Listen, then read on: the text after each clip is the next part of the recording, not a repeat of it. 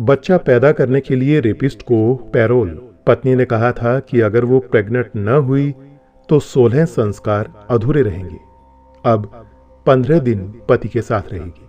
पंजाब में कैदियों को वंश बढ़ाने के लिए जीवनसाथी के साथ अकेले में समय बिताने के लिए जेल परिसर में ही एक अलग कमरे की व्यवस्था की गई है, जिसकी पूरे देश में चर्चा है। वहीं राजस्थान हाई कोर्ट का ऐतिहासिक फैसला भी इन दिनों सुर्खियों में है। इसमें गैंगरेप के दोषी को 15 दिन पत्नी के साथ रहने की इजाजत मिल गई है। हाई कोर्ट ने 3 दिन पहले ही उसे पैरोल पर रिहा करने का आदेश सुनाया। नाबालिग से गैंगरेप के 22 साल का एक दोषी राहुल बघेल पत्नी ब्रिजेश देवी के साथ रहेगा। पॉस्को एक्ट के तहत अलवर जेल में बंद राहुल को 15 दिन की पैरोल दी गई है। कोर्ट का यह आदेश अलवर जेल प्रशासन तक पहुंच गया है। राजस्थान में यह पहला फैसला है जिसमें रेप के किसी दोषी को पैरोल मिली है। राजस्थान के पैरोल रूल्स में रेप या गैंगरेप के मामलों में पैरोल नहीं मिल सकती और न ही ऐसे दोषियों को ओपन जेल में भेजा जा सकता है। लेकिन हाई कोर्ट ने पत्नी के मौलिक व संवैधानिक अधिकारों को ध्यान में रखते हुए इस याचिका को स्वीकार किया है। आइए जान लेते हैं उस गैंगरेप के आरोपी राहुल के बारे में। अलवर के हनीपुर निवासी राहुल के खिलाफ वर्ष 2019 में 16 वर्षीय नाबालिग के साथ गैंगरेप की एफआईआर दर्ज हुई थी। इसके बाद स्पेशल पोस्को कोर्ट अलवर ने सुनवाई के बाद राहुल को दोषी माना। 13 जून 2022 को 20 वर्ष के कारावास की सजा सुनाई गई। राहुल 30 अक्टूबर 2020 से ही जेल में बंद है। राहुल की पत्नी ब्रिजेश देवी ने बच्चा पैदा करने के लिए अपने मौलिक एवं संवैधानिक अधिकारों का हवाला देते हुए अलवर के डिस्ट्रिक्ट कोर्ट में 13 जुलाई 2022 को इमरजेंसी पैरोल यानी आपात पैरोल याचिका लगाई। फिर कुछ दिन के इंतजार के बाद 20 जुलाई 2022 को हाई कोर्ट का दरवाजा खटखटाया।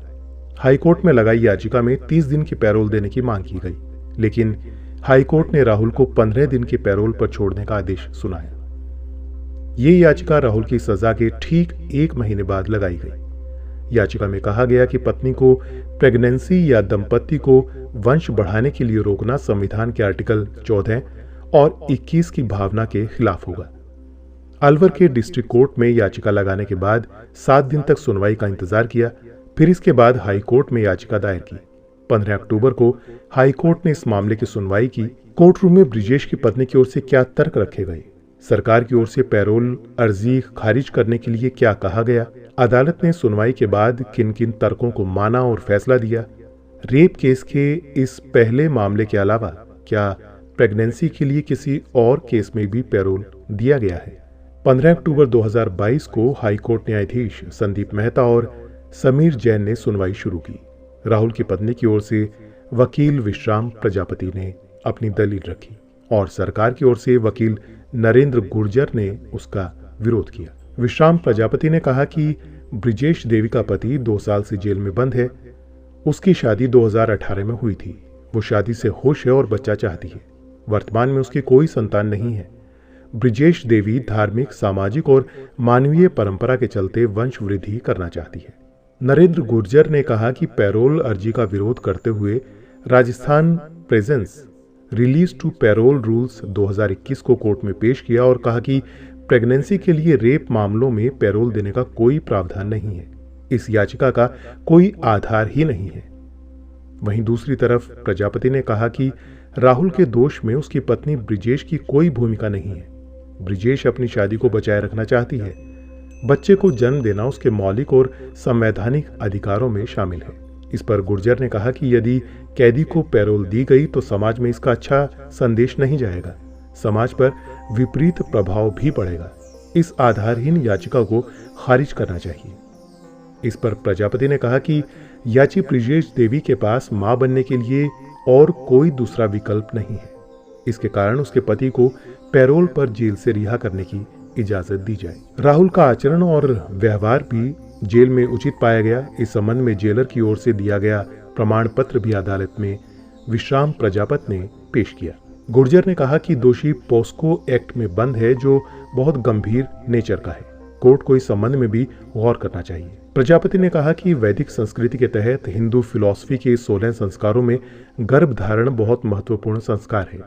हिंदू दर्शन के अनुसार गर्भाधान यानी गर्भ का धन वेद और भजनों में भी संतान के लिए बार बार प्रार्थना की जाती है। गुर्जर ने कहा कि यदि दोषी को पैरोल पर बाहर छोड़ा गया तो पीड़िता और आरोपी दोनों के बीच विवाद और झगड़े तक होने की आशंका है। ऐसी आशंका अलवर कलेक्टर की रिपोर्ट में भी जताई गई है। सुप्रीम कोर्ट ने दोषियों को पैरोल देने के पीछे 3 बड़े कारणों पर जोर दिया। कैदी को अच्छे आचरण की सीख देने के लिए, कैदी और उसकी फैमिली के बीच रिश्तों को जिंदा रखने के लिए, समाज की मुख्यधारा में कैदी को बनाए रखने के लिए। इन तीनों कारणों के पीछे सुप्रीम कोर्ट का मानना है कि जब कैदी जेल से छूटेगा तो समाज में अपने आप को अजनबी न समझे।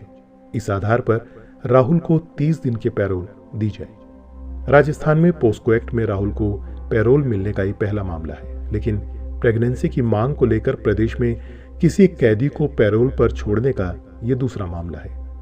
राहुल को पैरोल दिलाने के लिए हाईकोर्ट की जोधपुर बेंच के 5 अप्रैल 2022 के आदेश का हवाला दिया, जिसमें मर्डर के दोषी नंदलाल को 15 दिन के पैरोल पर छोड़ा गया था। नंदलाल मामले को लेकर हाईकोर्ट ने माना था कि कैदी की पत्नी निर्दोष है और उसकी शारीरिक व मानसिक जरूरतें प्रभावित हो रही हैं। जोधपुर बेंच ने कहा था कि अगर जमानत नहीं दी गई तो ये विवाहिता के मां बनने के मौलिक अधिकार के खिलाफ होगा। कोर्ट ने कहा कि यह धार्मिक मान्यताओं, सांस्कृतिक, सामाजिक और मानवीय आधार पर किसी भी कपल को भारतीय संविधान की ओर से दिया गया अधिकार है। राहुल बघेल की पैरोल अर्जी पर दोनों पक्षों को सुनने के बाद हाईकोर्ट ने ब्रिजेश देवी की याचिका को एक महिला के संवैधानिक व मौलिक अधिकारों एवं मानवीय आधार पर स्वीकार कर लिया और 15 दिन के सशर्त पैरोल की इजाजत दी। हाईकोर्ट ने माना कि दोषी को पैरोल नहीं देने से उसकी पत्नी को संविधान की ओर से दिए गए अधिकारों का हनन होगा। हाईकोर्ट के आदेश में अलवर सेंट्रल जेल के अधीक्षक को छूट दी गई है कि वो ऐसी शर्तें लगा सकते हैं जिससे आरोपी पैरोल के बाद फिर से सजा पूरी करने के लिए जेल में हाजिर हो। हाईकोर्ट ने अधीक्षक को राहुल को जेल नियमों के अनुसार पैरोल देने के लिए कहा है। पैरोल के लिए राहुल को 2 लाख रुपए का पर्सनल बॉन्ड और 1-1 लाख रुपए के 2 सिक्योरिटी बॉन्ड देने के निर्देश दिए गए हैं। यहां आपको यह भी बता दें कि पंजाब में जेल में बंद पति से अकेले में मिल सकती है उसकी पत्नी। पंजाब एवं हरियाणा हाईकोर्ट ने इसी साल पहुंचे कुछ मामलों की सुनवाई के बाद पंजाब सरकार ने जेल में पति पत्नी को एकांत में मिलने की व्यवस्था की है। पंजाब सरकार की इस पहल के तहत कैदियों को जीवन साथी संग अकेले में कुछ समय बिताने के लिए अलग कमरा मिलेगा। कमरे में डबल बेड, टेबल और अटैच बाथरूम भी होगा। कमरे में रहने के लिए जेल प्रशासन 2 घंटे का समय देगा, जिस पर पति पत्नी अकेले में समय बिता सकेंगे। फिलहाल ये सुविधा गोइंदवाल साहिब, नाभा, लुधियाना और बठिंडा महिला जेल में शुरू की जा चुकी है। इसे सभी जेलों में शुरू करने की तैयारी है, लेकिन ये सुविधा अभी हर अपराधियों के लिए नहीं है। इस सुविधा से गैंगस्टर और यौन अपराधियों को फिलहाल दूर रखा गया है। पंजाब सरकार ने इसके लिए कुछ शर्तें भी लगाई हैं। शादी का प्रमाण पत्र दिखाना होगा, मेडिकल सर्टिफिकेट देना होगा जिसमें HIV, यौन संचार रोग यानी STD, कोरोना संक्रमण व अन्य ऐसी कोई बीमारी नहीं होनी चाहिए। अब आपको लगता होगा कि इस तरह की सुविधा देने की जरूरत क्यों महसूस हुई, तो आपको बताते हैं कि पत्नी को मानवाधिकारों के तहत वंश वृद्धि का अधिकार है। संविधान के आर्टिकल 21 के तहत महिला ही नहीं, हर किसी को जीवन और व्यक्तिगत स्वतंत्रता का अधिकार है। जेल में बंद कैदियों के साथ बाहर उनका परिवार भी सजा भोगता है।